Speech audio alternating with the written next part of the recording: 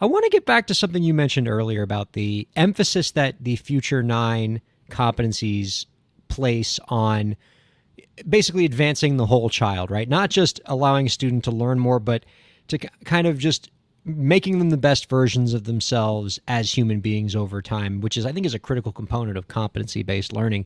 And I see that in the text of just how you've written some of these competencies. I look at, for example, the one where you write that one of the Future 9 competencies is, I can identify challenges in the world around me and design ways to address them. I mean, talk about giving learning a sense of purpose, right?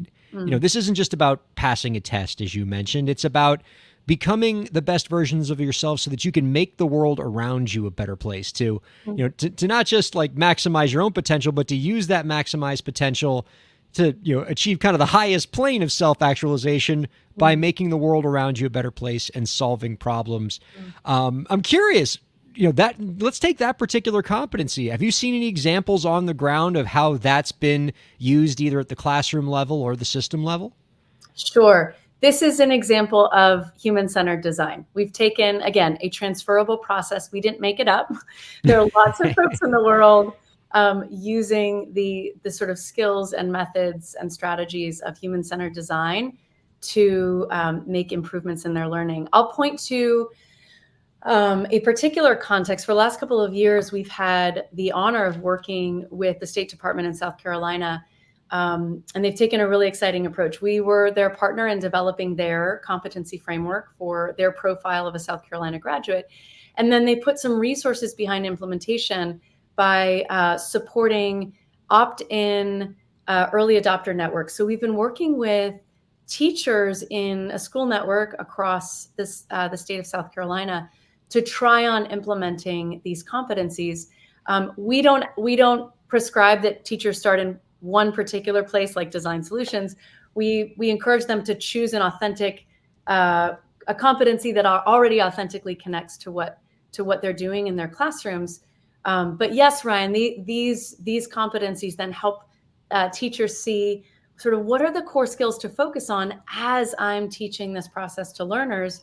And then how can I meet learners where they are in that progression?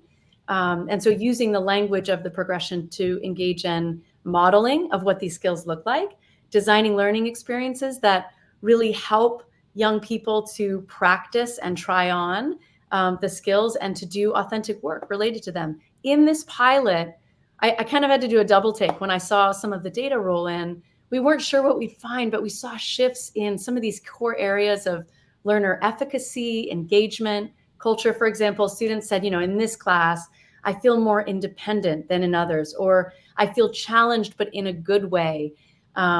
Or teachers said, or another student example, I know in this class, I'm not alone. If I don't understand something, I can be myself in this class. And teachers talked about, I'll share some quick numbers. 96% of teachers who were part of this pilot said using these competencies helps learners do more rigorous work, more higher order thinking, and contributes to a growth mindset. They're getting to see visible evidence of their growth along the progression. 88% said it improves clarity for learners in the learning process. 100% reported of a 35 teacher sample size. This provides a structure to help students self-assess, reflect, set learning goals, and have a more personalized learning pathway. So we saw some really exciting things happen in implementing these competencies in practice around teacher shifts in practice, shifts in students' mindset around what they can do in their learning around efficacy, but also the focus being less on grades, we were hearing, Yeah. and more on the learning itself.